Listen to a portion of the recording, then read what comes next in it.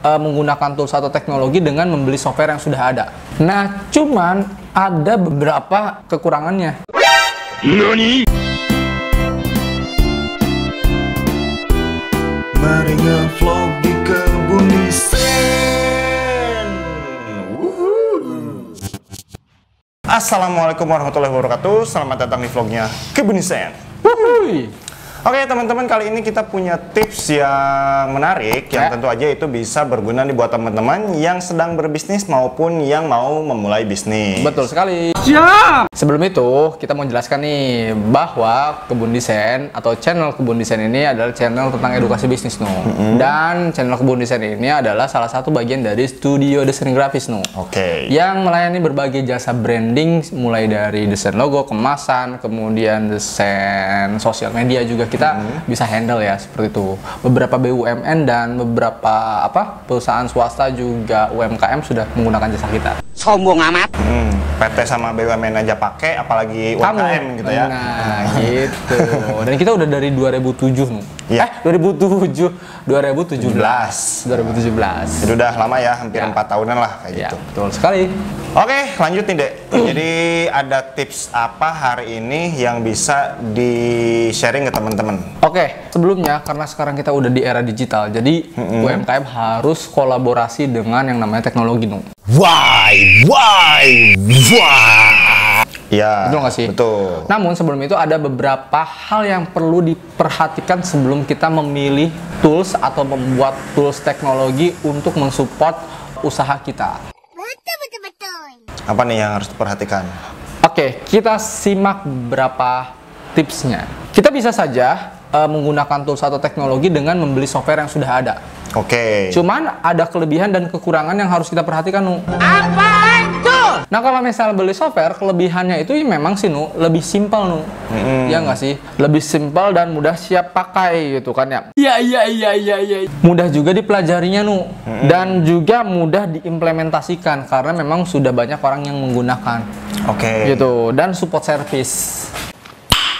Nice. Ya, jadi kalau beli mah kita siap jadi, siap pakai, mudah dipelajarin, mudah diimplementasikan. Jadi kita yang awam pun dengan membeli itu jadi tetap bisa pakai ya, dengan cepat belajarnya kayak gitu. Nah, cuman ada beberapa kekurangannya. Nani? Apa nih? Kekurangannya itu adalah susah dimodifikasi. Karena kan namanya teknologi itu menyesuaikan dengan usaha kita, bukan kita yang menyesuaikan dengan teknologi softwarenya gitu. Kadang juga beberapa UMKM ada yang salah kaprah nih, kita udah capek-capek beli software, tapi kebutuhannya tidak sesuai dengan itu tuh. Jadi kadang software yang mau kita beli itu nggak sesuai dengan kebutuhan bisnis kita. Iya. Gitu. Ya, kalau yang beruntung mah bisnisnya model A itu cocok dengan software tersebut, tapi bisnis model B itu nggak cocok dengan software tersebut. Betul sekali, makanya itu yang perlu diperhatikan. Ingat ya, teknologi yang menyesuaikan dengan usaha kita. Siap! Model bisnis kita gitu. Nah, terus juga kekurangannya itu kalau misalnya kita beli software itu tidak mudah diintegrasikan dengan sistem yang lain. Karena software itu dia berdiri sendiri ya. Artinya plug udah paten kayak gini, nggak bisa diotak-atik lagi. Betul sekali Jadi itu perlu diperhatikan. Diperhatikan tingkat skalabilitas usaha kamu tuh mau sampai sejauh mana sih.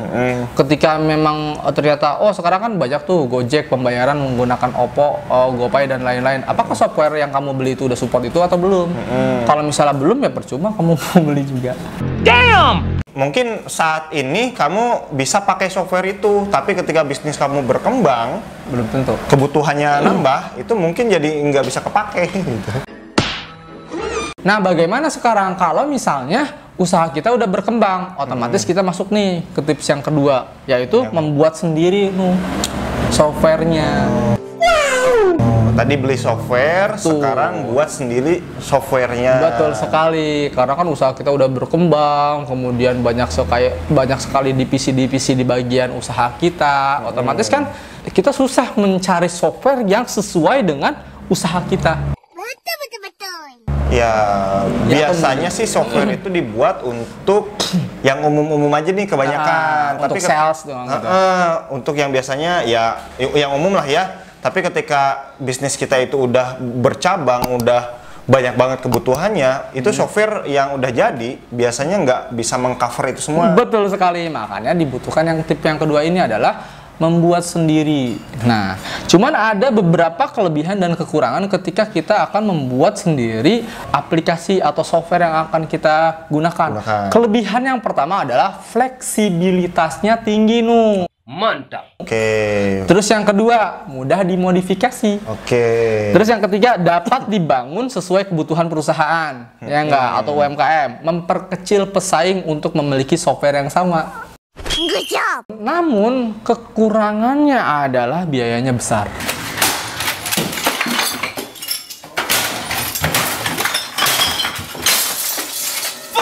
Ya wajar ya, itu dia soalnya buat dari awal gitu, ngebangun, mendesain kan.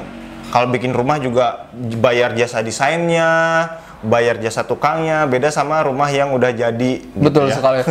Jangan salah, pada saat pembuatan aplikasi atau software, justru proses desainnya yang paling lama. Gitu. Ketika proses desainnya udah fix, baru kita bisa langkah ke pembuatan softwarenya.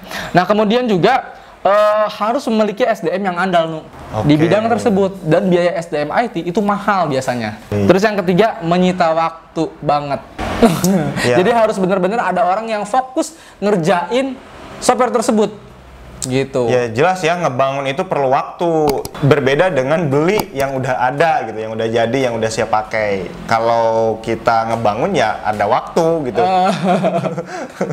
Kalau misalnya beli kalau misalnya beli mah tadi kan ya kita harus punya dananya juga, tapi dananya nggak terlalu banyak lah. Tapi kalau misalnya mau bikin sendiri, itu dananya ya harus gede gitu.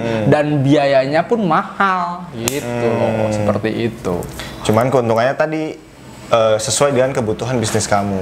Nah, itu dia dua hal yang perlu diperhatikan ketika kamu akan berkolaborasi atau menggunakan teknologi untuk support usaha kamu. Jadi itu sebenarnya bisa meringkas banyak SDM sih ya. Cuman ya harus ditambah lagi SDM IT-nya, mungkin seperti itu.